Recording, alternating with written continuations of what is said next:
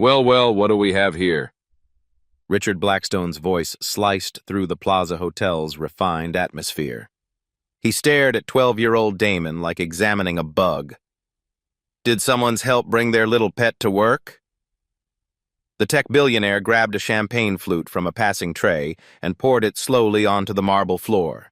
The golden liquid spread in a puddle at Damon's feet. Oops, Richard smirked. Maybe Mommy can clean that up later. He pulled out his wallet, peeled off a 20, and threw it into the wet mess. There's your tip. 300 millionaires watched in stunned silence. Phones emerged like vultures sensing prey. Richard's voice boomed across the ballroom. Tell you what, kid, your mother says you play music. Prove you're worth the air you're breathing. He pointed at the battered saxophone case. Play the sax, and I'll adopt you. Damon stood frozen in the puddle, humiliation burning his cheeks crimson. Have you ever watched a monster disguised in a tuxedo? What happened next ended his reign of terror forever. The humiliation hung in the air like smoke. But to understand why this moment would shatter more than just a 12-year-old's pride, you need to know who Damon Williams really was, and more importantly, who he could become. 3 hours earlier, Damon had pressed his face against the cold window of the Queens-bound subway. The city blurred past in streaks of light and shadow. His saxophone case sat heavy across his lap, not just an instrument, but a lifeline to dreams that seemed impossibly far away. The apartment he called home was a one-bedroom box on the 4th floor of a building that had seen better decades. Paint peeled from walls like old scabs. The radiator clanged through winter nights, providing more noise than warmth. Cockroaches scattered when lights flickered on. The hallway reeked of fried food and broken promises. But in the corner, near the window that faced the fire escape, sat something precious. A small music stand his mother had bought from a pawn shop for $15. Its metal legs were bent, its surface scratched, but it held sheet music like an altar holds prayers. This was where Damon practiced. Every day after school, while other kids played video games or hung out at corner stores, he climbed onto the fire escape with his father's saxophone. The metal grating was cold against his knees, but it was the only place he could play without angry neighbors pounding on thin walls. Mrs. Carter from 4B had complained about the noise. Mr. Rodriguez had threatened to call the super. Even the building's elderly superintendent had shuffled up 4 flights of stairs to deliver the landlord's warning, "Keep that racket down or find somewhere else to live." So Damon played in the cold, in the rain, in snow that made his fingers numb and his breath visible in small clouds. He played because music was the only language that made sense of his father's absence. He played because every note brought him closer to understanding who Marcus Williams had been. The saxophone itself told a story of sacrifice and hope. Dents marked its brass surface, battle scars from tours in Afghanistan, where Staff Sergeant Marcus Williams had carried it through desert bases and forward operating posts. When other soldiers cleaned weapons, Marcus played jazz standards under star-filled skies, his music a reminder that beauty could survive even in the darkest places. Marcus never came home. An IED on a supply route outside Kandahar ended the music on a Tuesday morning when Damon was 5 years old. The Air Force Honor Guard had folded an American flag with military precision, but they'd also handed Carmen something else. Her husband's saxophone case, worn and weathered, containing an instrument that still held echoes of love songs and lullabies. "Your daddy believed music could build bridges where words failed," Carmen told Damon on his 6th birthday, placing the saxophone in his small hands for the first time. "Maybe you'll play those bridges too." 7 years later, Damon had built bridges to places his mother couldn't even imagine. His fingers moved across the keys with intuitive grace, finding melodies that seemed to flow from some deep well of understanding. His school music teacher, Mrs. Rodriguez, had pulled Carmen aside after parent conferences with urgency in her voice. "Your son has something special," she'd whispered, glancing around to make sure no other parents were listening. "Real special. But he needs proper training, private lessons. Maybe even She paused, as if afraid to voice the dream. Juilliard has a pre-college program. The word hung between them like a beautiful impossibility. Juilliard, where Marcus had dreamed of studying before life took him in different directions, where Carmen herself had once been accepted, before her mother's cancer diagnosis forced her to choose between her future and her family. 20 years ago, Carmen Williams had been Carmen Rodriguez, a piano prodigy from the Bronx, whose fingers could make keys weep and soar. She'd practiced 8 hours a day, won every competition she entered, earned a full scholarship to study classical performance at the world's most prestigious conservatory. Then the phone call came. Ovarian cancer. Stage 4. Her mother had 6 months to live. Carmen folded the Juilliard acceptance letter and put it in a drawer. She took a job at a nursing home, spending her days helping her mother eat, walk, remember who she was. The piano lessons stopped.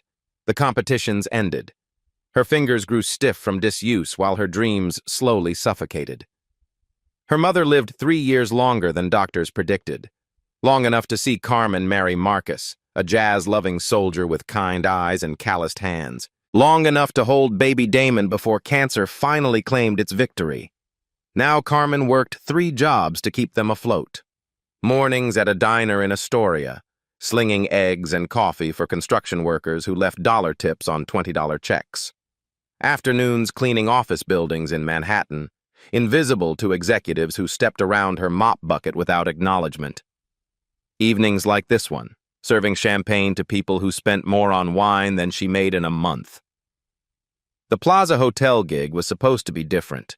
Premium catering, better tips, and maybe, just maybe, a chance to network with people who could open doors for Damon. Carmen had practiced conversations in the mirror, rehearsing how she might casually mention her son's talent to the right person at the right moment. Instead, her babysitter had canceled 2 hours before her shift. Carmen faced an impossible choice. Lose the job that paid her highest hourly rate, or bring Damon along and pray he'd stay invisible in the corner. She'd chosen hope over caution, a decision that would change everything. The weight of their situation pressed down like winter air. Rent was due in 6 days. Carmen had $847 in her checking account. The rent was down $200. The electricity bill sat unopened on their kitchen table because some truths were too heavy to face before absolutely necessary. Worse yet, Damon's school had announced budget cuts. The music program, his only connection to formal training, would be eliminated after Christmas break. No more instruments. No more Mrs. Rodriguez encouraging him to reach higher. No more school concerts where his saxophone could sing to audiences who actually listened. Tonight represented their last real shot. If Carmen could connect with the right person, if someone could hear Damon play, if a miracle could punch through the wall of indifference that separated their world from the world of opportunity. But miracles, Carmen had learned, usually came disguised as disasters. And disasters, she was about to discover, sometimes wore expensive tuxedos and cruel smiles. In that corner of the Plaza Hotel's grand ballroom, Damon Williams stood with champagne dripping from his worn shoes, his father's saxophone case clutched against his chest like armor. He didn't know that everything was about to change. He didn't know that the man mocking him was about to become the instrument of his own transformation. All Damon knew was that his face burned with shame, and 300 strangers were staring at him like he was an exhibit in a zoo. Richard Blackstone didn't just enter rooms. He conquered them. Tonight was no different. The billionaire had arrived at the Plaza Hotel in a motorcade that cost more than most people's annual salaries. 3 black SUVs with tinted windows. Personal security detail. The kind of entrance that made valets straighten their ties and doormen hold their breath. At 52, Richard commanded attention through the sheer gravitational pull of wealth. His net worth had crossed $4 billion last quarter, built on facial recognition software that governments and corporations paid astronomical fees to access. His AI algorithms could identify anyone, anywhere, from any camera feed. Privacy, he often joked to investors, was a luxury the modern world couldn't afford. The Armani tuxedo he wore tonight cost $18,000, custom-tailored in Milan, flown to New York on his private jet. His Patek Philippe watch contained more platinum than some small country's entire reserves. Even his cufflinks were a statement, carved from meteorite fragments because earthly materials apparently weren't exclusive enough. But the real power wasn't in what he wore. It was in how he moved through the plaza's grand ballroom like he owned every marble tile, every crystal chandelier, every person breathing the same air. "Richard!" A venture capitalist rushed over, champagne sloshing in his eagerness. "Magnificent donation tonight. 50 million. Truly generous." Richard barely glanced at him. "Tax write-off," he said, already scanning the room for more important conversations.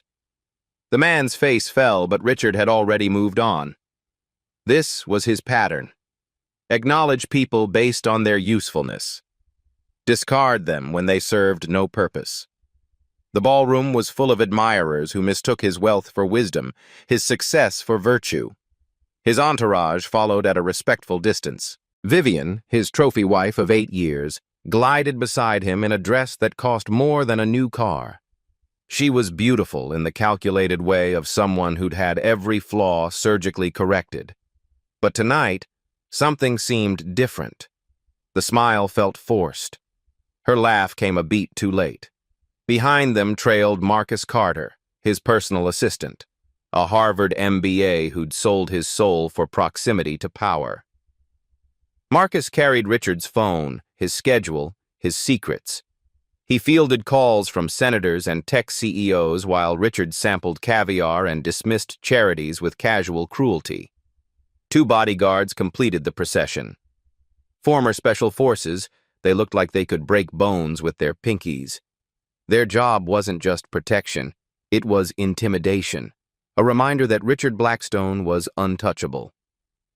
"The quarterly projections look exceptional," Marcus whispered, holding up the phone screen. "Stock prices, acquisition targets, profit margins, the numbers that governed Richard's universe." "Of course they do," Richard replied, not bothering to look. "When you own the game, you don't worry about the score." This wasn't arrogance. This was a fact. Richard's companies had transformed entire industries. His software-powered airport security, border control, and police surveillance. He knew things about people that they didn't know about themselves. Their faces, their movements, their digital footprints, everything was data to be collected, analyzed, monetized. But his greatest power wasn't technological. It was psychological. Richard had perfected the art of making people feel small. A dismissive glance could end careers. A cruel comment could destroy reputations. Tonight, he was hunting for entertainment, and the staff provided perfect targets. He snapped his fingers at a passing waiter, a young man barely out of college, probably drowning in student loans. The waiter hurried over, trying to hide his nervousness. "These appetizers are cold," Richard announced loudly, though he hadn't touched the tray. "What kind of establishment serves cold food to paying guests?" "I'm sorry, sir. I can get you fresh." "Don't apologize. Fix it." Richard's voice carried across nearby conversations. Other guests turned to watch the spectacle. "And next time, pay attention to details. That's what separates professionals from—" He gestured dismissively. "Whatever this is." The waiter's face flushed red, but he nodded and hurried away. Richard smiled, satisfied with his demonstration of dominance. Vivian touched his arm gently. "That was unnecessary, Richard." "Was it?" He looked at her with the same cold calculation he used on everyone else. The boy learned a valuable lesson about excellence, considerate charity. But Vivian didn't laugh. Instead, she stepped slightly away, creating distance that felt more than physical. Richard didn't notice. His attention had shifted to something far more interesting across the ballroom. In the corner, near the silent auction tables, he'd spotted movement that didn't belong. A woman in a server's uniform, clearly uncomfortable in this environment. and next to her, a child. A black child with a beat-up case that probably contained some pathetic musical instrument. They looked so out of place, so obviously inferior to everyone else in the room. Richard's eyes gleamed with predatory interest. The evening had just become significantly more entertaining. He began moving toward them, his entourage following like sharks, sensing blood in the water. Other guests noticed the shift in his attention and started turning to see what had captured the great Richard Blackstone's interest. Tonight's charity auction was about to become something else entirely. A demonstration of power. A lesson in knowing one's place in the natural order of things. Richard Blackstone was about to remind everyone why he was untouchable. The moment arrived like a predator finally pouncing on wounded prey. Richard Blackstone had been circling for 10 minutes, watching Carmen refill champagne glasses with the mechanical precision of someone trying to remain invisible. He'd observed how she avoided eye contact with guests, how she positioned herself near walls and corners, how she kept glancing nervously at her son. Damon sat hunched in a chair near the silent auction tables, his father's saxophone case balanced across his knees like a shield. The boy had been perfectly still for nearly an hour, understanding instinctively that movement would draw unwanted attention. But Richard Blackstone lived for unwanted attention. "Ladies and gentlemen!" His voice boomed across the grand ballroom like a dinner bell. 300 conversations stopped mid-sentence. Champagne glasses paused halfway to lips. The string quartet in the corner actually missed a note. All eyes turned toward the tech billionaire standing in the center of the marble floor, his arms spread wide like a ringmaster about to announce the main event. "It appears we have a very special guest with us tonight." Richard's smile was the kind sharks wore before feeding. "A young musician who's crashed our little gathering." Carmen's blood turned to ice water. The champagne bottle in her hands trembled so violently she had to set it down before she dropped it. Across the ballroom, her supervisor, a stern woman named Patricia, who'd already warned her about inappropriate distractions, was glaring with murderous intensity. Damon tried to make himself smaller in his chair, but 300 pairs of eyes were already locked on him like spotlights. Phones emerged from purses and jacket pockets. The digital vultures were circling. "Now, I'm a generous man," Richard continued, his voice dripping with false benevolence. "I believe in giving everyone a chance to prove their worth. Even—" He gestured toward Damon with theatrical flourish. "Uninvited guests." A murmur rippled through the crowd. Some guests shifted uncomfortably, sensing the cruelty underneath Richard's words. Others leaned forward eagerly, hungry for the spectacle they sensed was coming.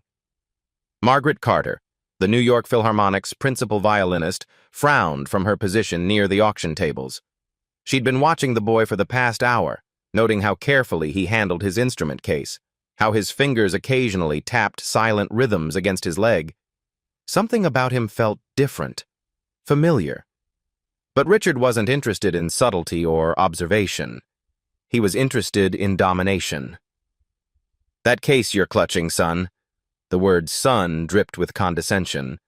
"I'm assuming it contains some kind of musical instrument. Am I right?" Damon nodded slightly, his throat too tight for words. "Excellent!" Richard clapped his hands together. "Now here's what we're going to do.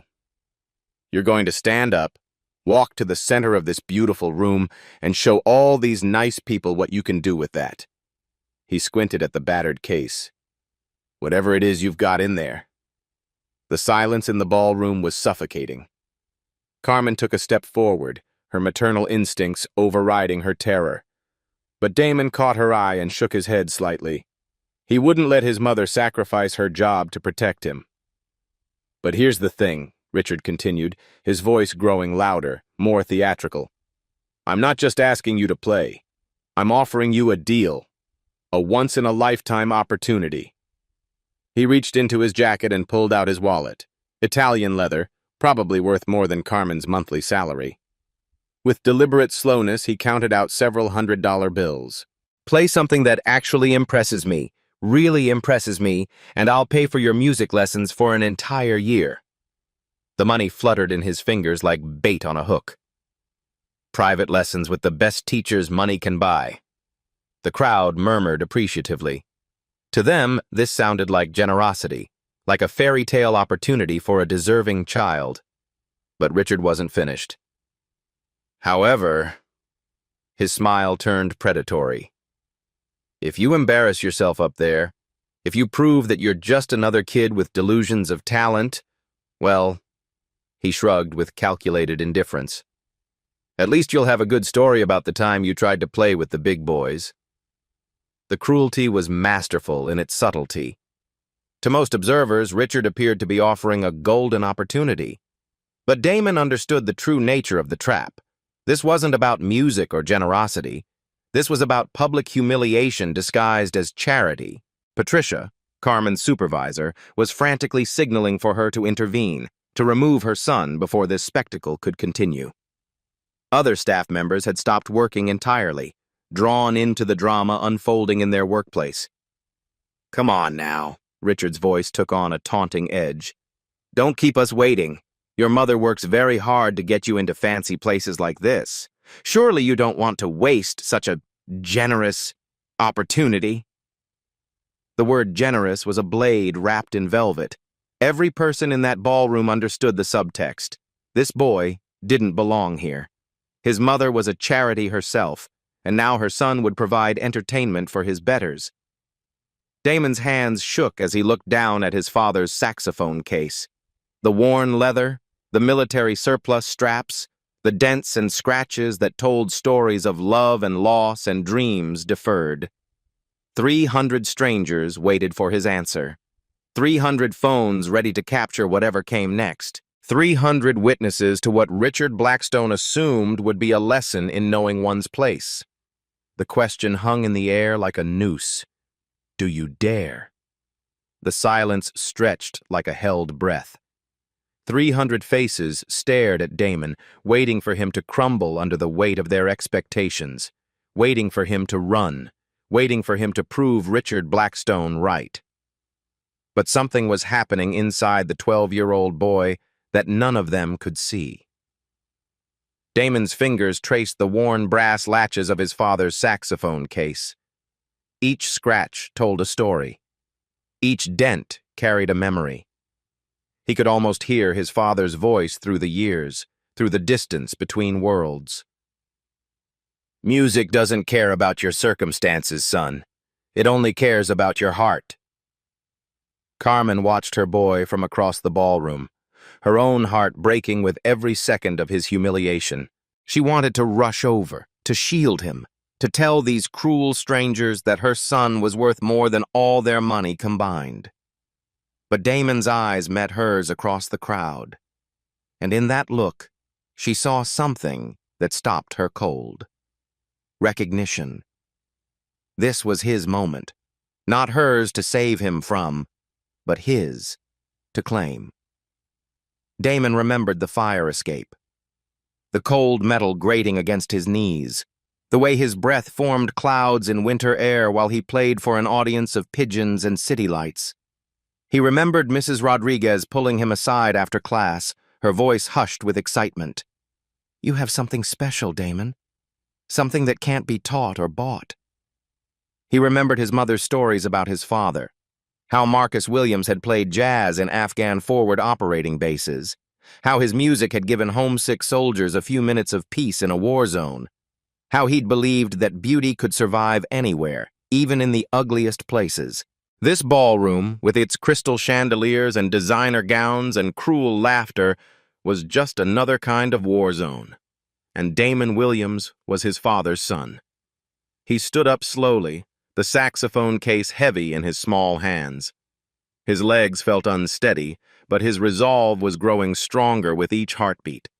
The crowd sensed movement and leaned forward like predators scenting weakness. But Damon wasn't weak. Not anymore. He walked toward the center of the ballroom, each step more confident than the last. The marble floor stretched before him like a stage, like a battlefield, like a place where dreams either died or were born. When he reached the space Richard had indicated, Damon set his case down carefully. His hands no longer shook as he worked the latches. The brass gleamed dully in the chandelier light as he lifted out his father's saxophone.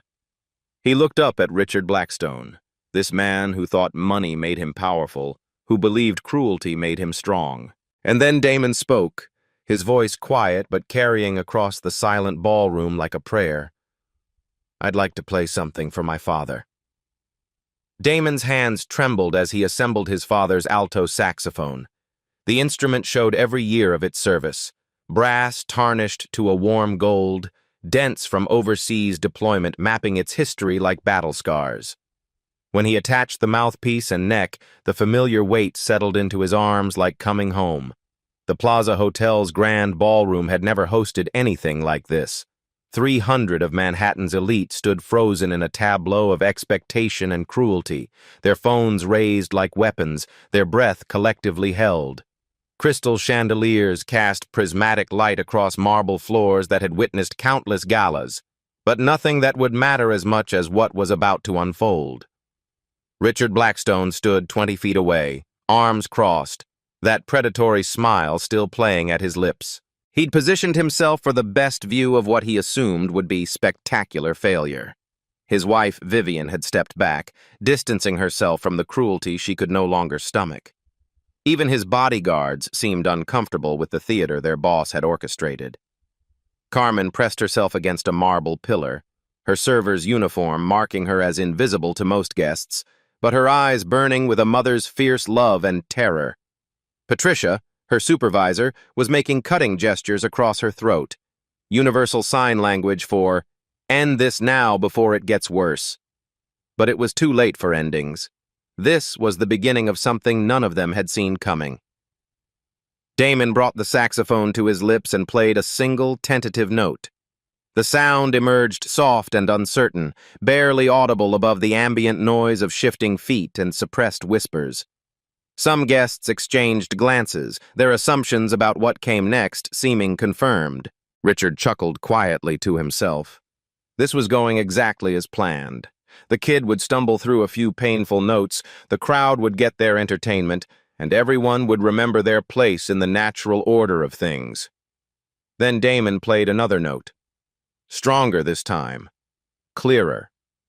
And then he spoke, his young voice carrying across the silent ballroom. "This is Strange Fruit." The title hit the crowd like a physical blow. Not a crowd-pleasing jazz standard or a safe classical piece, but Billie Holiday's haunting anthem about racial injustice. A song that carried the weight of American history in every note, the pain of generations in every phrase. The choice was audacious, dangerous, perfect. Margaret Carter, the principal violinist who'd been watching from the auction tables, straightened in recognition.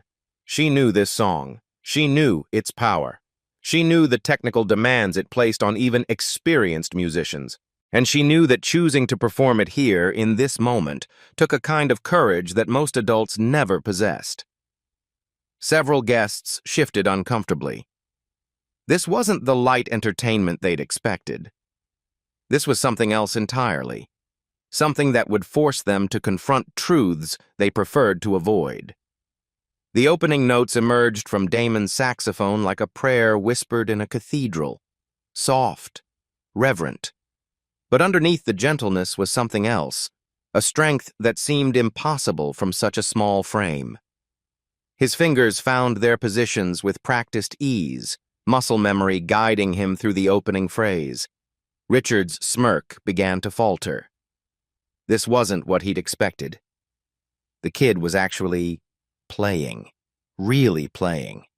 Not the amateur squawking he'd anticipated, but something that sounded almost professional. As Damon moved into the song's haunting melody, the transformation began. His breathing steadied, drawing from techniques he'd learned through countless hours of practice on cold fire escapes. His posture straightened, shoulders back, spine aligned, the stance of someone who belonged exactly where he was standing. The saxophone seemed to grow larger in his hands, or perhaps he was growing to meet its demands. The tentative boy who'd been cowering in the corner was disappearing, replaced by something else entirely. A musician, an artist, a force that commanded attention through talent rather than wealth. The ballroom's acoustics embraced the music like they'd been waiting for it. Sound bounced off marble and crystal, creating a resonance that wrapped around every listener.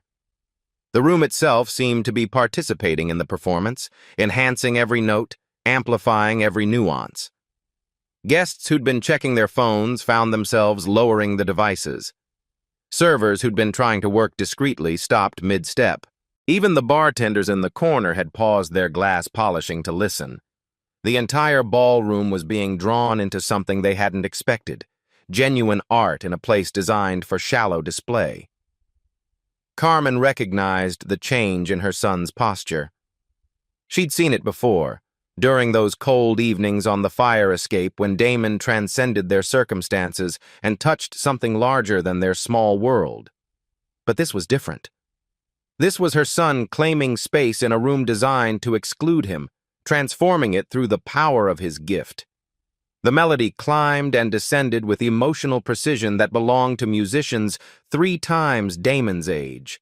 His fingers moved across the keys with impossible fluency, finding the spaces between notes where the real music lived. Each phrase built on the last, creating an architecture of sound that told a story without words. This wasn't just technical proficiency, it was storytelling through sound, prayer through melody, resistance through beauty. Every note was placed with intentionality that spoke to years of disciplined practice and natural understanding that couldn't be taught or bought.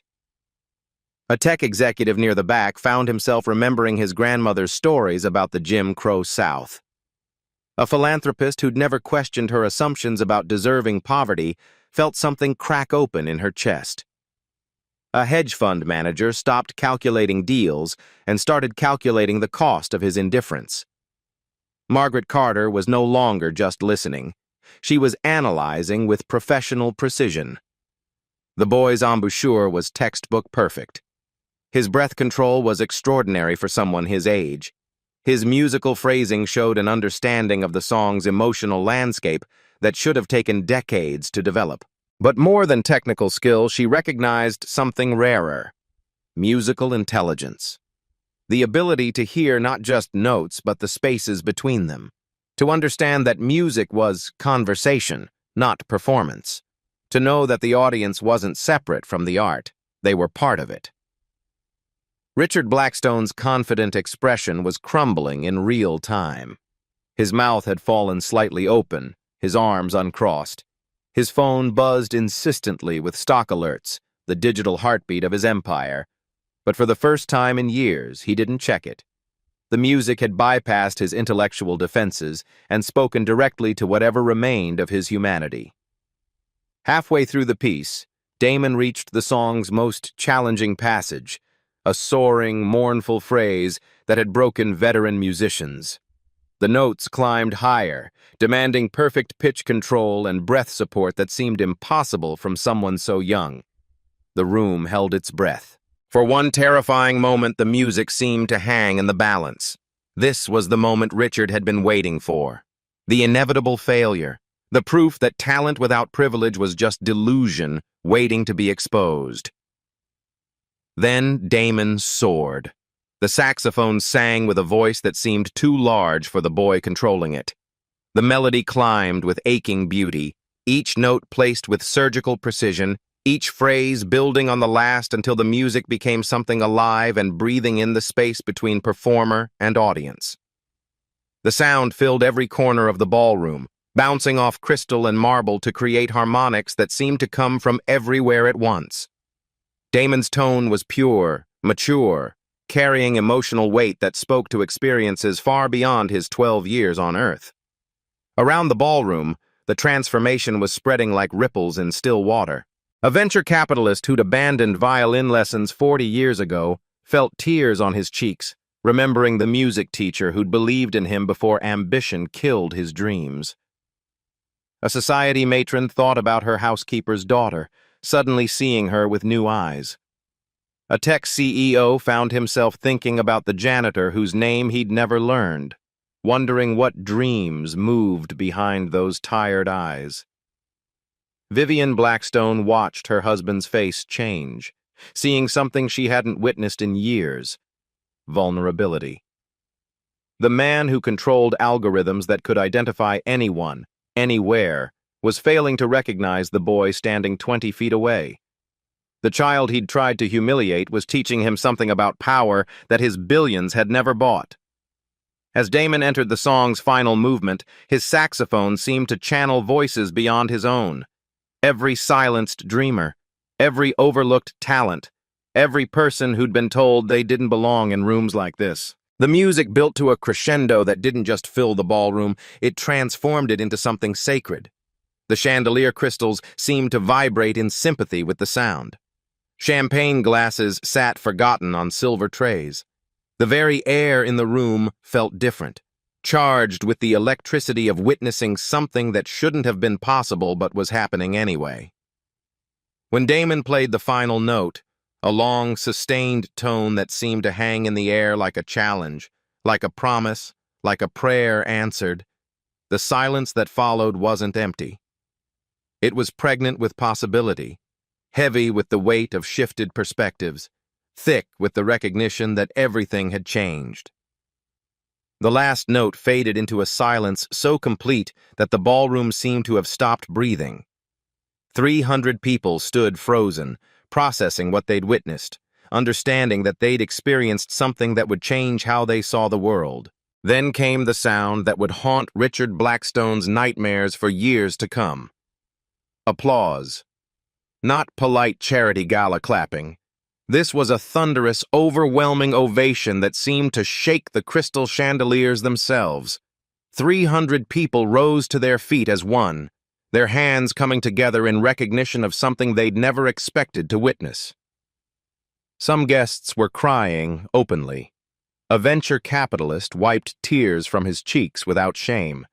Even the servers had stopped pretending to work, joining the standing ovation with genuine enthusiasm. Margaret Carter was the first to find her voice. In 30 years of professional music, I have rarely heard such mature artistry from someone so young. Her words carried weight. This wasn't empty praise.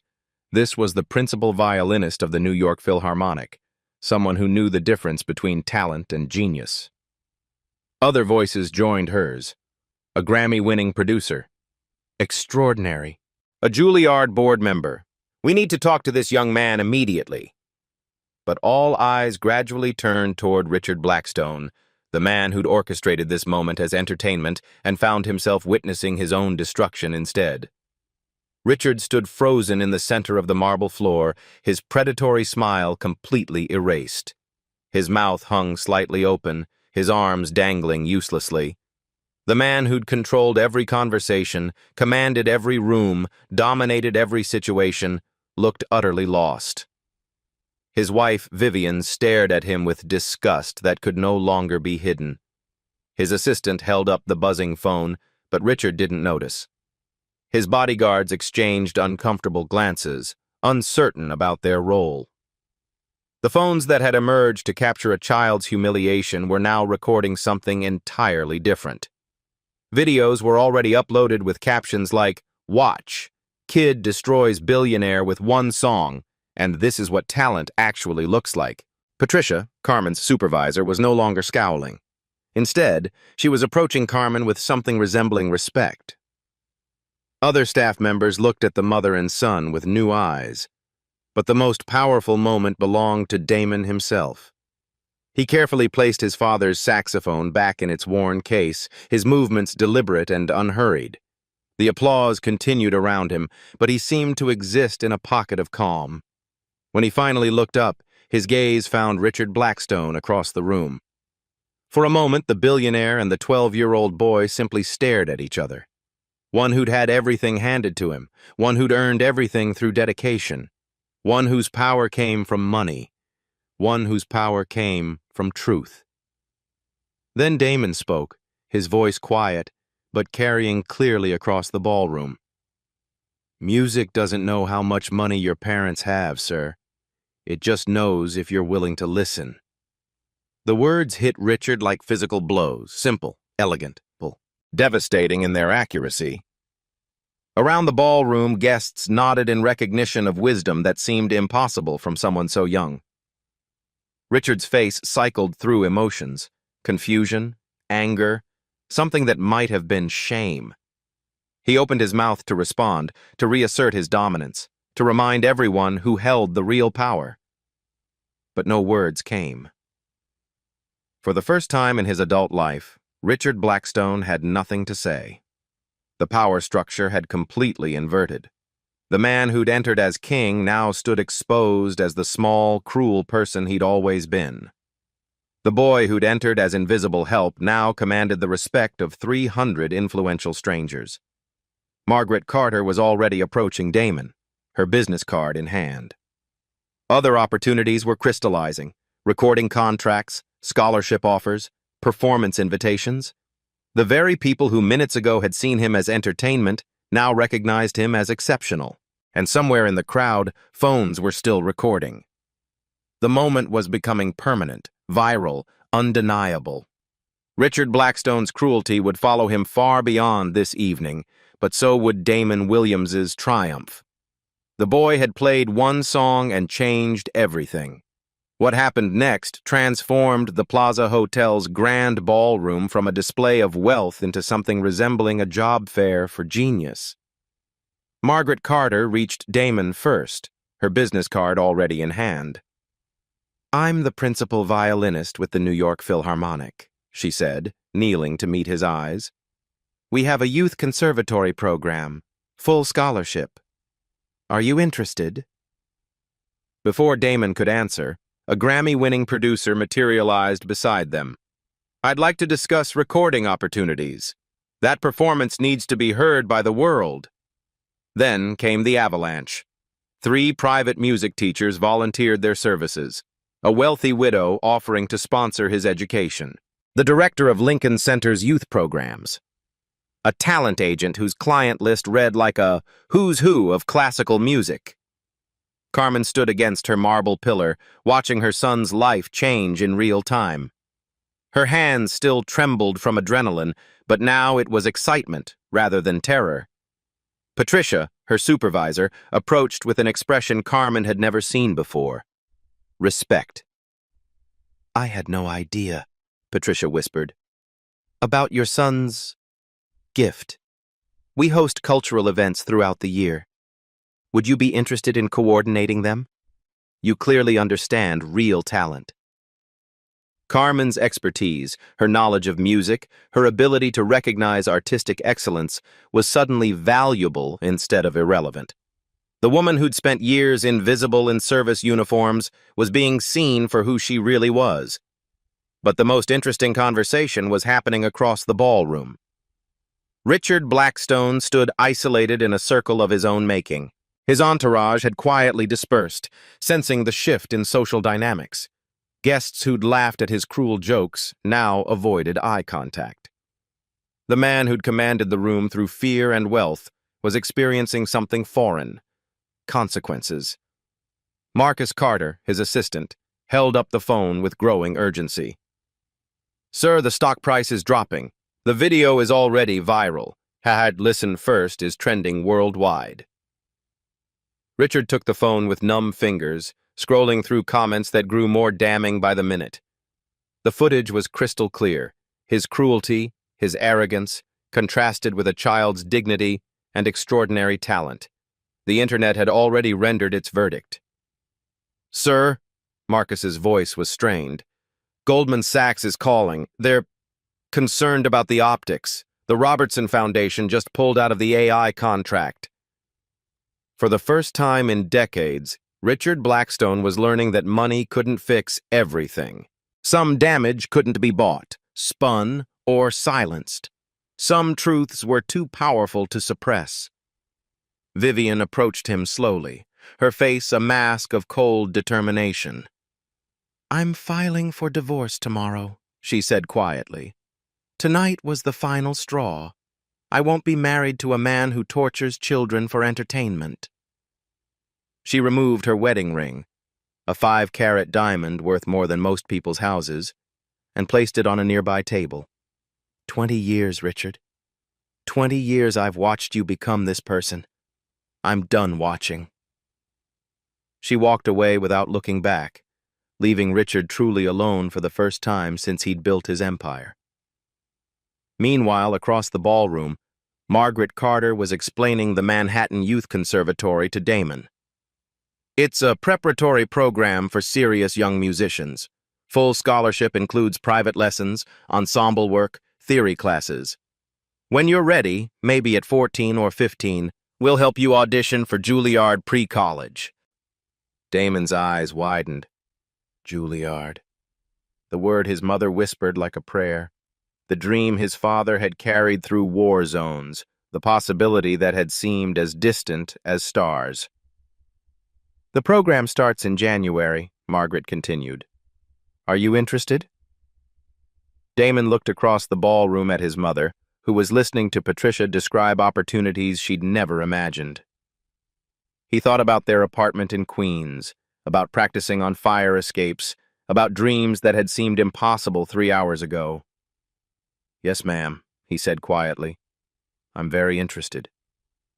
But the most unexpected moment came when Richard Blackstone approached them. The billionaire looked aged, diminished, uncertain. His earlier arrogance had been replaced by something that might have been humility. He began, then stopped. The man whose voice had commanded boardrooms and conferences found himself struggling with simple words. "I was wrong. About everything. About your son, about you, about—" He gestured helplessly at the ballroom around them. Carmen studied him with the careful attention of someone who'd learned not to trust powerful men bearing apologies. "What exactly are you saying, Mr. Blackstone?" "I'm saying I'd like to make this right. Your son is extraordinary. He deserves every opportunity. Let me—" Richard paused, seeming to wrestle with unfamiliar concepts like humility and genuine remorse. "Let me help. Not for publicity or tax write-offs, because it's right." Carmen's response surprised everyone, including herself. "The only thing my son needs from you is the respect you should show every person in this room, including your servers." The words hung in the air like a challenge, like a lesson, like a promise that the old rules no longer applied.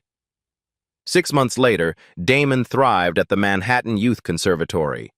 Carmen had launched her own cultural events business, finally using her knowledge and expertise professionally. They'd moved to a better apartment, but Damon still practiced on the fire escape, now by choice, not necessity. And Richard Blackstone? He was learning to listen. 1 year later, the Plaza Hotel hosted another charity gala. But this time, Damon Williams wasn't hiding in the corner. He was the featured performer. The same marble floors, the same crystal chandeliers, the same wealthy crowd. But everything had changed. Damon walked onto the stage wearing a concert tuxedo, carrying his father's saxophone with the confidence of someone who belonged exactly where he was standing. In the front row sat Carmen, no longer invisible in a server's uniform, but honored as the parent of the evening's star performer.